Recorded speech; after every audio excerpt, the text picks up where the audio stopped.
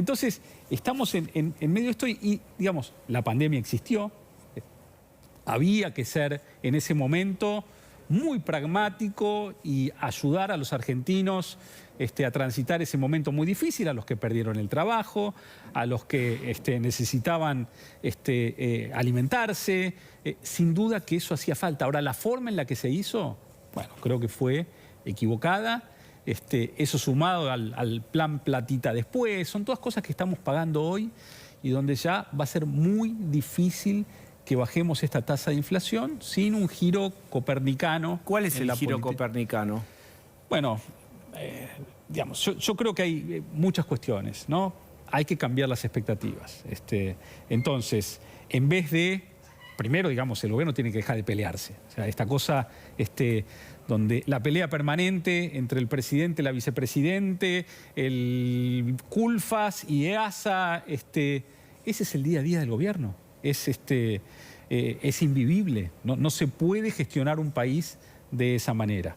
Número dos, digamos, las únicas ideas que se le caen a este gobierno son nuevos impuestos. Tuvimos el impuesto a la riqueza, tenemos el impuesto ahora a la ganancia inesperada, también una improvisación absoluta, después podemos hablar de eso, pero es un impuesto muy mal planteado, que no corresponde.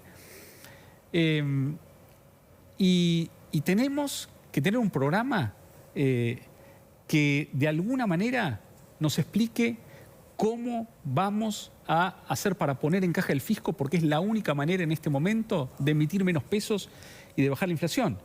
Y digamos, en un gobierno que se vanagloria de que el programa con el fondo no tiene reformas estructurales, digamos, en donde las tarifas de los servicios públicos no están siendo actualizadas, que es el rubro más flexible del presupuesto, donde se puede realmente trabajar para bajar rápido el déficit y la emisión, y en eso no se está atacando el problema. Bueno, no vemos de qué manera va a bajar el déficit. El déficit no va a bajar, la emisión no va a bajar y la inflación va a seguir subiendo. Es decir, podemos tener ahora transitoriamente un par de meses donde en vez de 6,7, 5, tengamos 4,7, 4,8, pero se termina la cosecha gruesa dentro de 2, 3 meses. El Banco Central hoy no está pudiendo acumular reservas en medio de este marco de bonanza de los precios internacionales de exportación de la Argentina. Tenemos en este momento los mejores precios externos para la Argentina desde la posguerra del siglo pasado. Y hay pocos casos de países que sean tan exportadores de alimentos como la Argentina y que además, a precios adecuados, tengan la balanza energética en equilibrio. Si Argentina tuviera los precios de la energía alineados, hoy no estaríamos importando más energía de la que exportamos.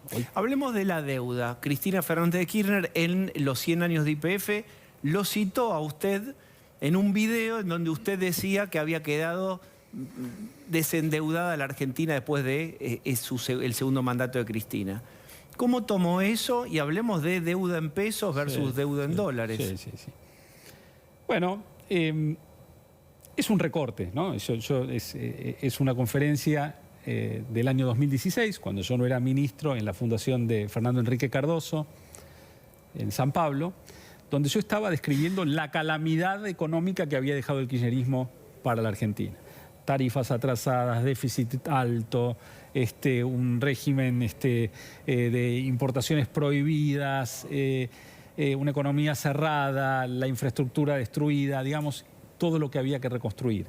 En ese marco dejó una sola cosa que permite paliar parte de todo este descalabro, que es que como el gobierno era tan malo, no se podía endeudar.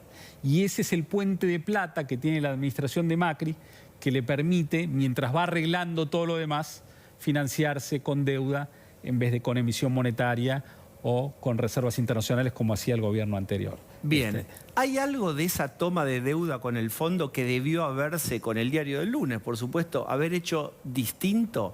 Por ejemplo, ¿debió haberse colocado un control de capitales para que esos dólares en parte no se fueran? Me atrevo a recordar que el fondo hasta había sugerido que pusieran cepo. No. El fondo públicamente nunca hizo esa sugerencia. Lo hace en el paper ex post que publica 2 años después como parte de la práctica usual de que en los préstamos stand-by de acceso elevado, 2 años después se hace un trabajito para decir a ver qué aprendimos. No es un trabajo de auditoría, es un trabajo de lecciones aprendidas. Y en ese trabajo de lecciones aprendidas dice, bueno, sí, eventualmente se podría. Nadie en la Argentina planteaba en ese momento volver al cepo, pero de todas maneras el ministro era yo, digamos. Y yo lo que te digo es, para reestructurar la deuda y poner cepo no necesitábamos al FMI. Es decir, para reestructurar la deuda y poner el cepo, que son las dos cosas que de repente el fondo dice, bueno, eventualmente se podría haber pensado como plan B. Para hacer eso, ¿para qué va uno al fondo? La Argentina lo que necesita es no tener cepo y no reestructurar la deuda por muchos años, Entonces, cuando uno mira por qué la Argentina ha tenido siempre un riesgo país tan alto, ha bajado eventualmente, pero nunca llegamos a tener 100 puntos, 200 puntos, siempre...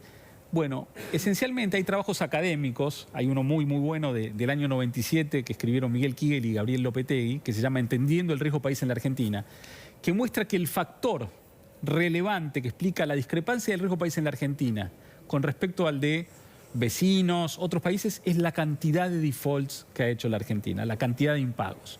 Entonces, en mi visión, defender el crédito público es vital, porque cuando uno tiene un riesgo país bajo, eso permite que el costo del capital sea más bajo, que podamos entonces invertir más. Si invertimos más, nos volvemos más productivos.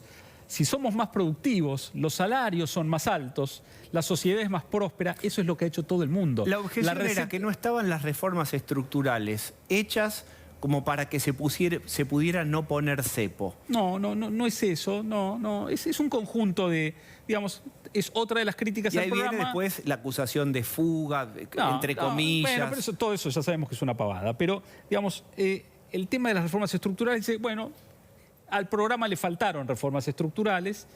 Yo te diría que teníamos varias, ¿no? Una economía que se estaba abriendo, acuerdo comercial con la Unión Europea, es una economía que se estaba abriendo al mundo, bajando el gasto, el pacto fiscal con las provincias, la reforma tributaria que nos iba a permitir, si estuviera vigente la reforma tributaria, el sistema impositivo de la Argentina sería similar al mexicano, lo dio vuelta este gobierno.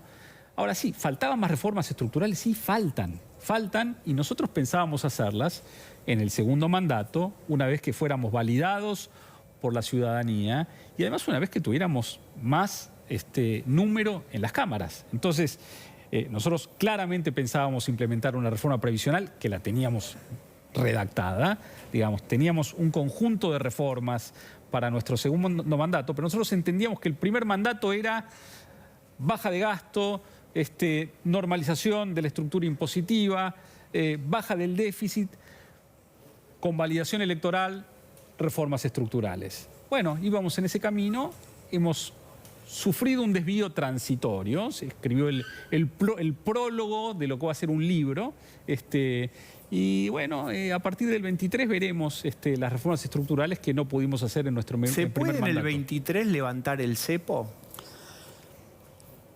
Hoy la Argentina tiene, como te decía hace un ratito, los términos de intercambio, la relación entre precios de exportación y de importación más favorable desde la posguerra de la Segunda Guerra Mundial en el siglo pasado.